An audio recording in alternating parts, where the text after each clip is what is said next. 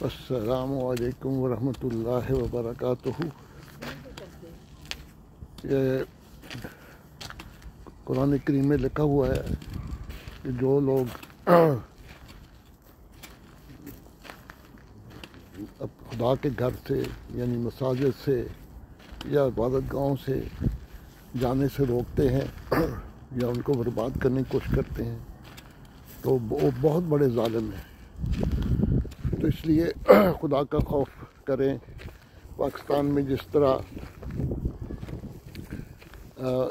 مساجد سندھ میں مساجد کے منارے توڑے گئے اور ان کو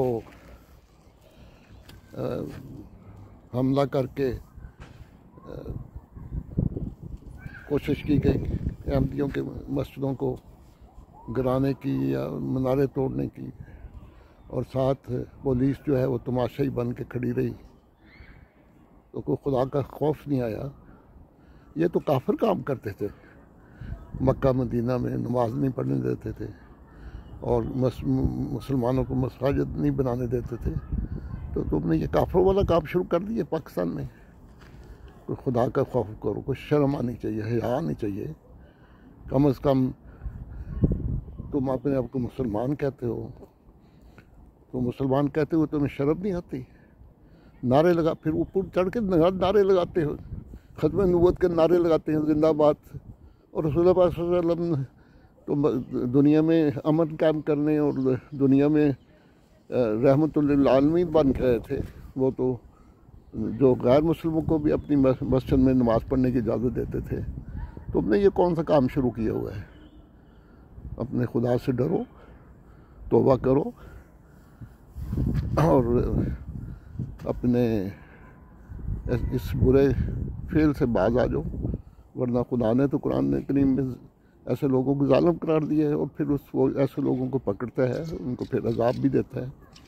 تو خدا کے عذاب سے بچنے کے لیے توبہ کرو۔ اگر آپ لوگ باز نہ آئے تو یقیناً خدا تعالیٰ کی پکڑ آئے گی، اور وہ لوگ جو اس میں ملوث ہیں، خواہ وہ حملہ کرنے والے ہیں یا ان کے پشت پر ہیں، ان سب کی خدا تعالیٰ کی طرف سے پکڑ ہوگی۔ خدا کرے کہ ہماری قوم کو سمجھ آ جائے اور نیک اعمال کرے، اور مساجد کو آباد کرنے کی بجائے اس کو برباد کرنے اور مسمار کرنے کی کوشش نہ کرے۔ مجھے امید ہے کہ جو حکومت ہے سندھ کی یا پنجاب کی، ان کو بھی ہوش کرنی چاہیے کہ وہ دیکھ رہے ہیں کہ احمدیوں کی مساجد توڑ رہے ہیں، منارے توڑ رہے ہیں، ان کے قبرستانوں پر حملہ کرتے ہیں، مردوں کو نکال کے پھینکتے ہیں۔ پتہ نہیں کس عذاب کو یہ قوم مانگ رہی ہے۔ خدا تعالیٰ ہدایت دے آپ لوگوں کو۔ اس وقت جو ملک کا صورتحال ہے وہ تو اتنی خطرناک آپ کے سامنے ہی ہے کہ کوئی امن نہیں رہا، کوئی سکون نہیں رہا، ایک دوسرے سے لڑائی ہو رہی ہے۔ تو یہ کوئی خدا تعالیٰ کی رحمت نہیں ہے، تو خدا کا عذاب ہے۔